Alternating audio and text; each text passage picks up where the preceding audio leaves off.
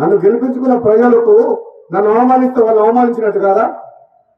మునుగోడు ప్రజలకు అన్యాయం చేసినా రాజగోపాల్ రెడ్డికి అన్యాయం చేసినట్టు. మీ అందరికి అన్యాయం చేసి ఇక్కడ అభివృద్ధికి నిధులు రాలేదంటే నేను శాసనసభ్యులుగా నేను సంతోషంగా ఉంటానా? అంటే మీకు అన్యాయం జరిగితే నాకు అన్యాయం జరిగినట్టు కాదా?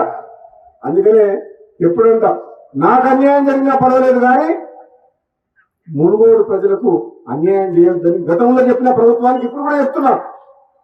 సరే, నాకు మీరు మాట ఇచ్చినప్పుడు ఇద్దరు, కానీ అప్పటిదాకా మాత్రం మునుగోడు అభివృద్ధికి మాత్రం సహకరించండి, ఒక్క రూపాయి కూడా ఆపేస్తున్నా.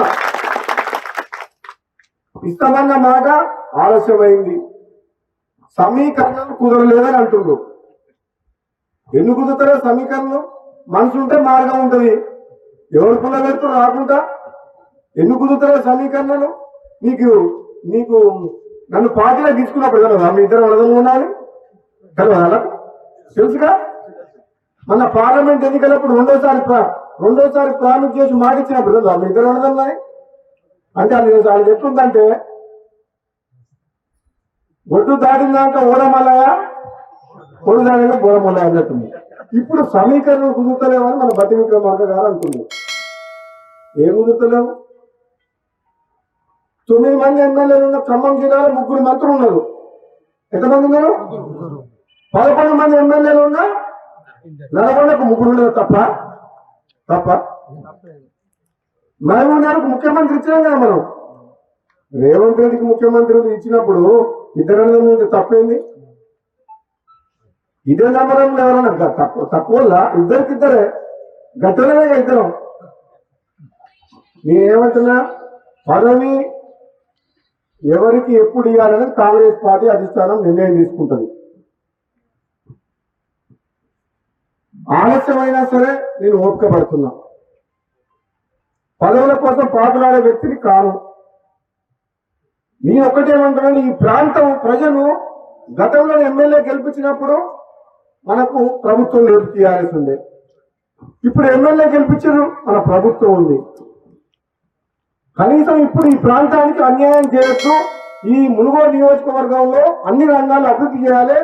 నిజంగా నేను పార్లమెంట్ సభ్యులుగా పనిచేసిన 7 నియోజకవర్గాల్లో, ఎమ్మెల్సీగా పనిచేసిన నల్గొండ జిల్లా మొత్తానికి. అన్ని నియోజకవర్గాలు చూసిన మునుగోడంతా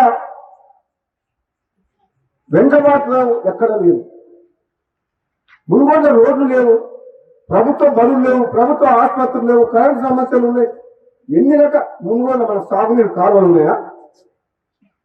మరి మిర్యాలగూడ, హుజూర్ నగర్, కోదాడ, నాగార్జున సాగర్ ఎట్లున్నాయి కావాలి వాళ్ళకు?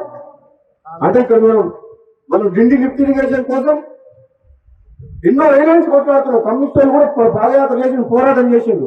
మీరు మన ఎమ్మెల్యే అయిన తర్వాత అసెంబ్లీలో మాట్లాడి, ఉత్తమ్ కుమార్ రెడ్డి గారు మాట్లాడి డిండికి నీళ్ళు తీసుకురావాలని చెప్పి 1200 కోట్లతో ఏదో రిజర్వాయర్ నుంచి 1200 కోట్లతో సొరంగ మార్గం టెండర్లు పిలిపించినాం. రేవంత్ రెడ్డి గారి పరిపాలన వచ్చినాక, కాంగ్రెస్ పరిపాలన వచ్చినాక అనుభవాలు ఎంత తమాషాగా ఉన్నాయంటే, పాపము ఆ ఎమ్మెల్యేల పరిస్థితి 10 మంది పోయినోళ్ళు ఎట్లా తయారైందంటే, అయ్యా మీరు ఏ పార్టీలో ఉన్నారంటే సుప్రీంకోర్టులోనేమో మేము బీఆర్ఎస్లోనే ఉన్నాం, కేసీఆర్ నాయకత్వంలో ఉన్నామని అక్కడ రాస్తాను.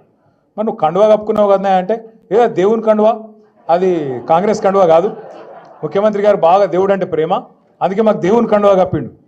ఇట్లా విచిత్రమైన ఒక పరిస్థితి గత 20 నెలలుగా హైదరాబాద్కి వెళ్ళి మొదలు పెడితే కింద ఉండే ఒక చిన్న పల్లెటూరు దాకా అదే పరిస్థితి కనబడుతూ ఉన్నది. చాలా గమ్మత్తైన పరిస్థితి. ఒక ముఖ్యమంత్రి ఎట్లా ఉండాలో, రాష్ట్రానికి ఎట్లా నాయకత్వం వహించాలో, ఎంత అద్భుతంగా పనిచేయొచ్చో భారతదేశానికి చూపెట్టింది మన నాయకుడు కేసీఆర్ గారు. కానీ ఒక ముఖ్యమంత్రి ఎట్లా ఉండొద్దో, ఎట్లాంటి మాటలు మాట్లాడొద్దో, ఎటువంటి పనులు చేయొద్దో చూపెడుతున్నది రేవంత్ రెడ్డి గారు. నాకు తెలియక అడుగుతా, ఇప్పుడు ఇక్కడ ఇంతమంది వచ్చారు మీరు పరిగికి వెళ్ళి, లోపల చాలామందికి చాలా కష్టాలు ఉంటాయి. ఇప్పుడు కొద్దిగా సురేందర్ బయటపడ్డాడు, మల్లేష్ బయటపడ్డాడు, ఒక్కొక్క కష్టం గిట్లున్నది గట్లున్నది అని చెప్పారు.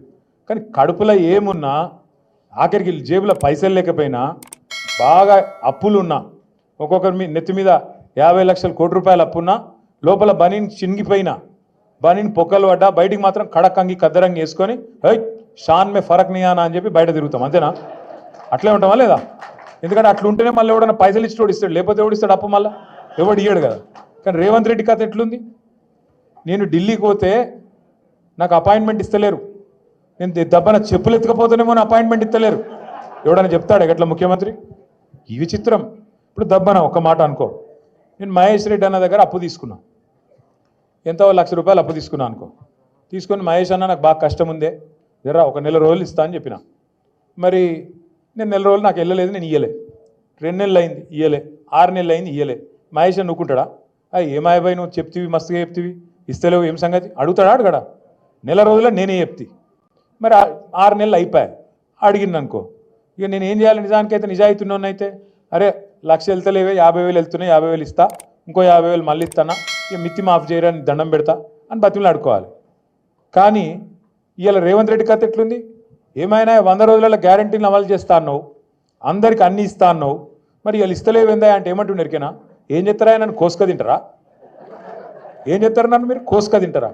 కోసుక తినేందుకు నువ్వు ఏమైనా సేపువా, మామిడికాయవా, ఏంటిది నువ్వు? అరే ఇట్లుంటుంది ఎక్కడైనా?